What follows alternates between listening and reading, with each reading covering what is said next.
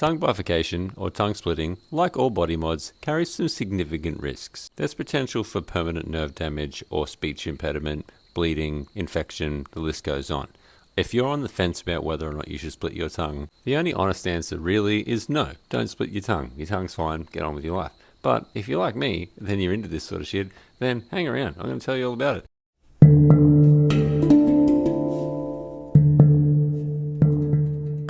So the word on the street is that the first person to split a tongue was an Italian dentist in the 90s to some fucking rando who wanted that procedure. Now, I don't know if that's true or not, but the procedure sort of rose to prominence throughout the 90s and the 2000s.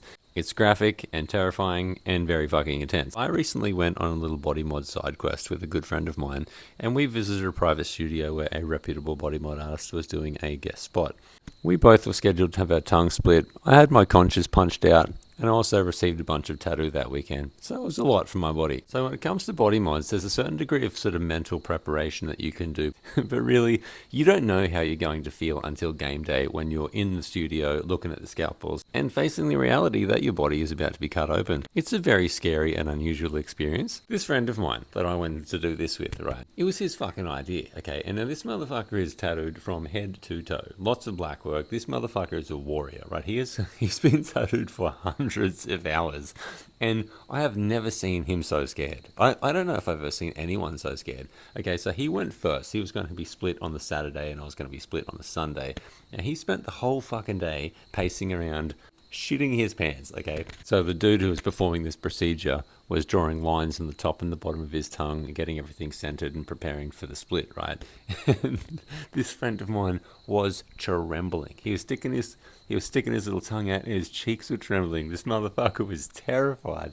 So it was hard to watch, dude. Like, I was watching him, seeing how much fear he was in and overcoming, mind you. The fear is really the draw card, though. It's kind of an integral part of the whole thing. So watching him get his tongue split was wild. It's graphic, dude. It's fucking intense. I filmed his split and took a lot of graphic photographs. We chatted prior to me recording this video, and he's requested that I don't include footage of his split in this video. And so of course I'm not going to do that. But if you're curious about what this shit looks like, have a little tap around, but just be aware that you can't unsee this stuff. It's incredibly graphic. So watching my mate get split and stitched up was a really fascinating experience, and it was kind of a blessing and a curse. So like, when it came time for me to get my split, on the one hand, I knew what I was getting myself into, but on the other hand, I knew what I was getting myself into. Okay, fast forward to Sunday, it's game day, it's my turn. I'd spent several hours getting tattooed that day, and then had my conches punched before my tongue split. So it was a lot for my body. There's a lot going on that day. My ears were bound up with like dressings and bandages, and then it was fucking buckle up, kiddo, we're going down to tongue splitting town. So when it comes to tattoos and body mod stuff, I have a weird kind of like hack or cheat code, and that is just being a calm human being. I'm a very chill person. I meditate, I practice yoga, I'm into like nervous system regulation, I try to stay hydrated. This stuff interests me. So when I feel physiological changes going on in my body, my heart rate elevating, moving into fight or flight or hyperarousal, then I sort of catch myself out and I try to regulate my breathing and try to bring my heart rate down. And it is a very, very effective tool when in the studio, when getting tattooed or getting body mod stuff done. Being calm is the cheat code. Now, no shade on my homie, right? He's an incredibly fucking rugged and brave human being, but he was fucking shitting himself, all right? I was not. I was a lot calmer. Now, again, I had the advantage of seeing him go through that process, so I sort of knew, what was going to happen. So, the process. You stick your fucking tongue out. It gets drawn up. Then the artist will pump your tongue full of lidocaine with several injections. Bang, bang, bang. This motherfucker was just pumping my tongue full of lidocaine. In a very brief period of time, you lose sensation in the tongue. Then the split begins. A lot of body mod artists have different approaches to tongue bifurcation. Some will cut very deep, some will cut not so deep. Some will cut the frenulum underneath the tongue, some do not cut the frenulum underneath the tongue. For me, personally, I feel like cutting the frenulum is the best practice here. It allows the tongue to come out of the skull further so that the bifurcation can be deeper. I've seen body mod artists that cut the frenulum horizontally, just go swing, and then pull the tongue out of the skull a lot further, and they can make their cut a lot deeper. It's my observation that the guy that performed my split, he doesn't go quite as deep as some artists do. There's some motherfuckers that split so deep, and And I'll be honest, I'm into it. I think it's fucking dope. My guy does not cut the frenulum horizontally. Swing. He has a different approach where he shaves the frenulum off the underside of the tongue. That allows for a little bit more sort of like protrusion, and so you can get that split back there without the frenulum interfering with the split. So once the tongue is numb, two little sutures are put in the front and the left and the right hand side, and they have long tails attached to them, so that when the tongue is split, the assistant can hold those two strings apart, and the tongue will separate and allow the bodymod artist to suture the tongue up. Now, there's different approaches here. Some people do one continuous suture from the tip all the way down to the tongue gina, the like middle of the split, then back out to the tip again. Other artists will just stitch each side individually. Some artists will just do individual stitches. So there's a lot of interesting discussion around what practice is best, right? Now, each artist will have their own take on this. There's an argument to be made that putting individual stitches rather than a continual suture will allow for more swelling, right? Bodymod artist that performed my procedure, he uses a dental suture, which has a little bit more elasticity. So it's his opinion that that allows for swelling. So it's quite accommodating and appropriate for this procedure. Different artists will have different approaches and they'll have different opinions on what method of stitching is best. I'm not a fucking bodymod artist. I don't know. But my guy used dental sutures and he did 2 rows of suturing from the tip to the base and then from the tip to the base again. And for me, he put one stitch right in the back of the tongue gina. So where my 2 rows of sutures met, there was still a little bit of a gap there. So he put an individual suture in the base of my tongue. Now, it's a fucking crazy feeling, okay? It's fucking insane. You're sitting there with your tongue out and you're choking on your own spit. And there's all these fucking hands in your mouth. It's so crazy. It's so fucking unusual. And I mean, these guys are legends. They're like, they're calm and they're supportive. They're also fucking insane. Like, these motherfuckers are heavily tattooed, fucking floor to ceiling, all sorts of shit going on. Quite fierce looking people, but very, very fun, very accommodating, beautiful bedside manner. So my procedure went good. It went fine. Now, my mate, who was split the day before, he had a bleed that night. So his tongue began to bleed and he got very, very frightened. This isn't unusual. It's not unheard of. So the bleeding was taken care of, and the bodymod artist supported him through that process and helped him with some painkillers and encouraged him to ice his tongue and that he was going to be okay. Now, it is profoundly uncomfortable. When that anesthetic wears off, motherfucker, it is awful. People refer to the first week of healing as Hell Week, and I can understand why that is. You can't swallow, you can't speak, you can't eat. It feels like you've got a fucking pair of footy socks in your mouth. My tongue was so swollen I couldn't close my jaw. My tongue was hanging out of my mouth. And you have to live like that for days.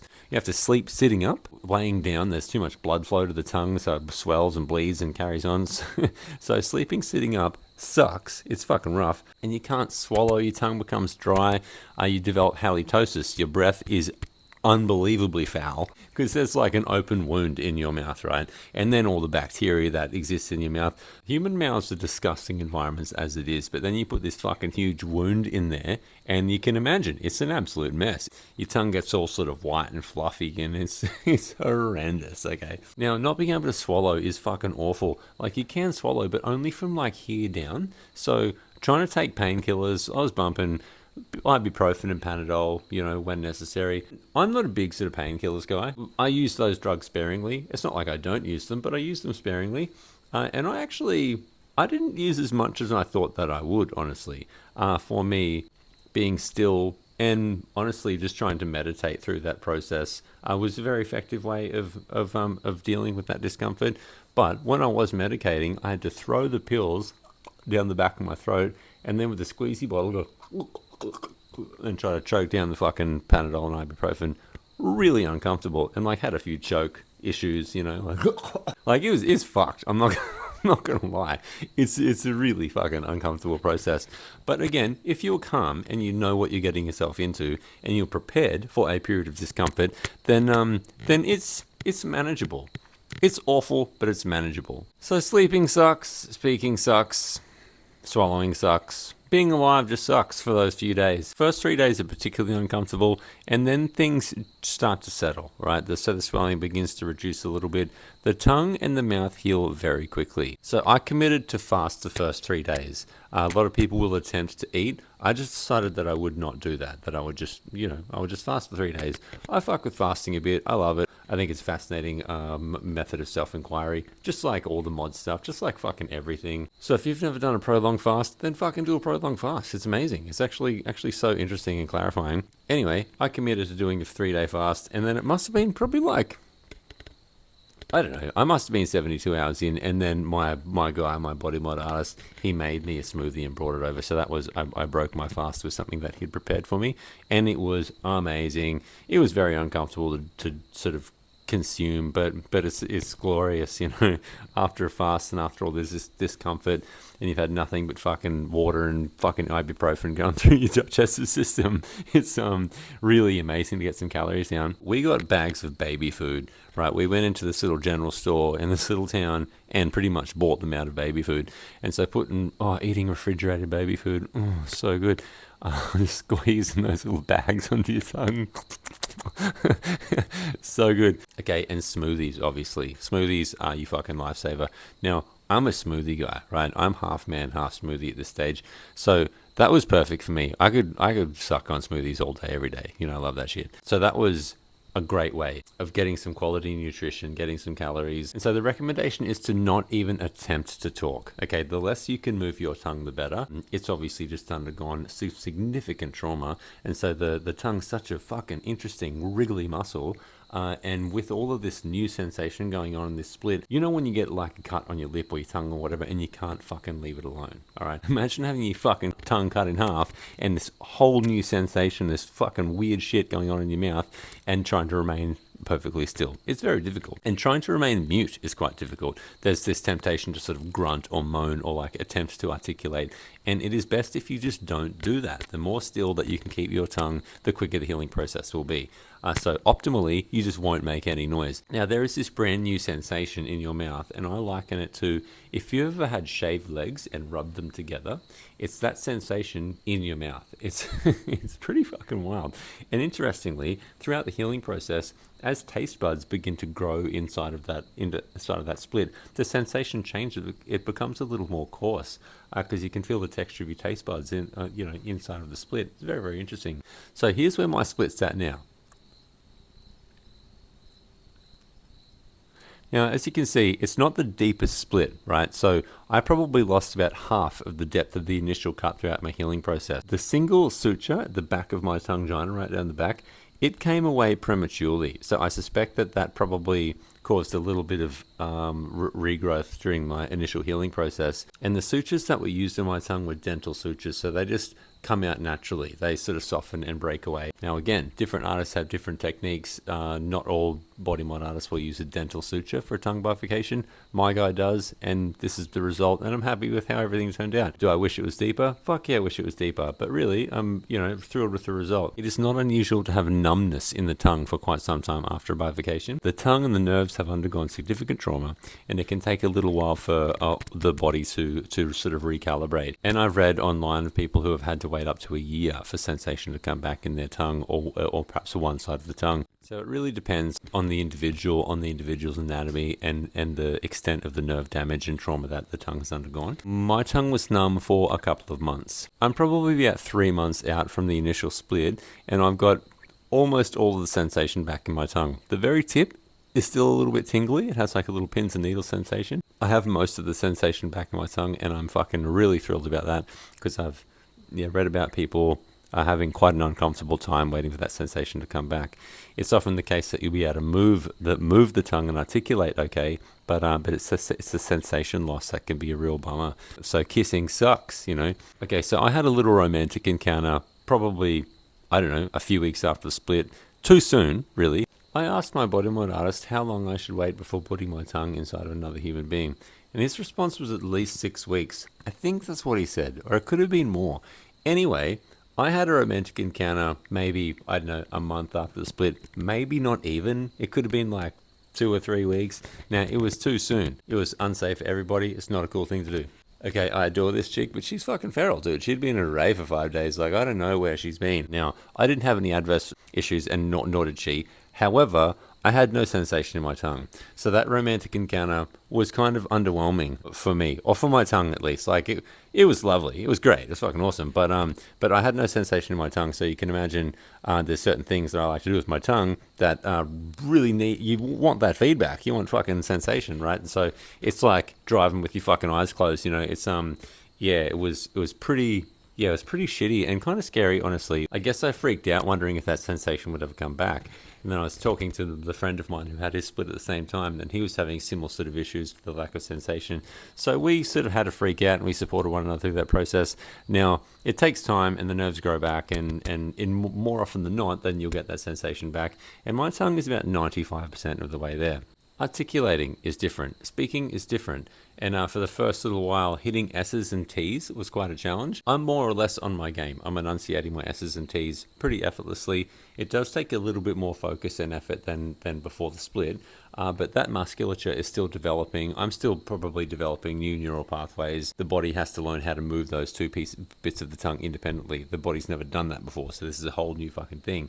And my D and G sounds sometimes sound a little bit soggy. Before my tongue was split, I feel like there's this automatic kind of swallow response. I'm finding I have to slow down and pause and swallow more. It is early days though. I am only 3 months out from my split, so I suspect that 12 months from now, my body will have acclimated, habituated, and I'm confident that everything will return to baseline. Fingers crossed. Oh, dude, in the healing process, you salivate so much, right? It's just crazy. We're just laying there with fucking buckets in front of our mouths, just spit just pouring out and stuffing gauze in between the bifurcated tongue to try to absorb some of the spit and the blood and whatever, and to try to sort of maybe prevent that bifurcation from closing up. So every fucking 5 minutes, you're spitting soggy gauze out into a bucket and stuffing more gauze in between the bifurcation. It sucks, dude. It's so rough. There's mountains of this stinky fucking gauze and this revolting bucket of spit and blood. It's not hot, dude. It's it's the whole fucking scene. Okay, so can I do tricks? Short answer, not really. I'm still developing that sort of like coordination and dexterity. So I can do a few fun little ones, like bit of that kind of thing. I'm going to try to work on the ability to move my bifurcation independently. I can get some like little fun massagey sort of motions going. Okay, so I'll be deeply real with you. With the exception of that kind of underwhelming, numb, romantic encounter that I had shortly after the split, I've not been sexually active. So I have not given it the pussy test yet. But motherfucker, I'm so keen. And I might report back with a little update on that one. But obviously, it's a very fun and unique part of this sort of body mod is the fact that it can sort of be shared with romantic partners. It's not just a sensation that I can experience, it's also something that somebody else can experience. So I'm, very eager and curious to see how that's received. So everything's a little bit different. Eating was weird for the longest time. Eating's pretty normal now, but I bite my tongue occasionally and holy fuck it hurts. Chewing gum, dude. Chewing gum is so weird. Chewing gum was so fucking strange. And I think it's actually good training. I'm working on my sort of tongue coordination, but chewing gum was a challenge and I kept on biting my tongue. I bit my tongue so fucking much. It's so painful. Eating ice cream, super fucking weird. Licking your lips is weird. Now, I go to lick my lips and nothing happens. I got to do this windscreen wiper action. Like this kind of thing, or like, very, very different, strange. Again, I'm only 3 months out, so I suspect in a year, all this will be autonomic. I won't even think about it. Without getting too deep in the weeds and hung up on semantics, the term body modification, honestly, I'm not entirely sort of comfortable with. I feel like it's not entirely appropriate. To modify would suggest that you're making something better, more effective. Body modifications, I don't really think are that, honestly. Tattooing the eyeballs, silicone implants, ear cropping, nipple removal, whatever these things are, they're not necessarily making the body function better. Now, it's a fascinating journey, and it's a fascinating means of getting to know yourself, and I'm fucking all in on the process, but to call it modification is something that honestly I don't think is entirely appropriate. When I was doing some homework before splitting my tongue, I was reading a lot of testimonials from people who were raving about their split tongue and suggesting that they had more functionality and that their tongue was more versatile and more useful than before the bifurcation. I mean, I'm going to be completely fucking honest with you. I feel like the fact that articulating takes a little bit more effort and that like eating, licking your lips and the ways that I move my mouth, take more sort of conscious thought now. That doesn't feel like an upgrade to me. That feels like a mild handicap. Now, the advantage, obviously, is that it's fun, it's cool, I think looks interesting. And yeah, I can't wait to give it the pussy test. I bet it's going to fucking go so hard. But to suggest that it makes the tongue more functional, I think is a little bit disingenuous. That has not been my experience so far. Now, again, I'm 3 months out from the split, so it's early days. Maybe I'll do like a 1 year update and I'll be fucking raving about it. But I'm just going to be real with you about my experience right now, you know? Having already done this process once and the thought of doing it again is pretty fucking rough, I'll be honest. But would I resplit? Maybe. I'm really happy with the outcome, but not gonna lie, I'd love it if it was deeper. You know, some of the deep splits that I've seen online are fucking deep, dude. And yeah, I love it. I think it's cool. So would I resplit? Maybe. But is there any urgency to do that? Absolutely not. I'm really pleased with how my eyeballs turned out, but I'm already thinking about putting more shots of colour in there, you know. I've come this far, let's fucking go, dude. So in conclusion, my tongue bifurcation experience was a very, very positive one. It was fun, it was exciting, it was scary, it was uncomfortable, it was a lot of things. It was a very, very intense experience. It's not something that I'll forget anytime soon. And it's super fun to feel like I'm growing into the fullest expression of myself, expressing myself in this way with tattoos and body mods and all the other fucking weird shit that I do. So I hope this information has been valuable for you if you're considering splitting your tongue. And my recommendation would be to be patient, do your homework, be really comfortable and really confident with your choice of body mod artist, ask lots of questions, and be prepared for a few days of profound discomfort. But it's fun, dude, and you're gonna live, and it'll be fucking awesome. So should you split your tongue? Fucking yeah, dude, split your tongue. It's fucking fun. If you've made it this far in the video, then thank you for watching. This has been fun. Be cool, be kind, and go fuck yourself.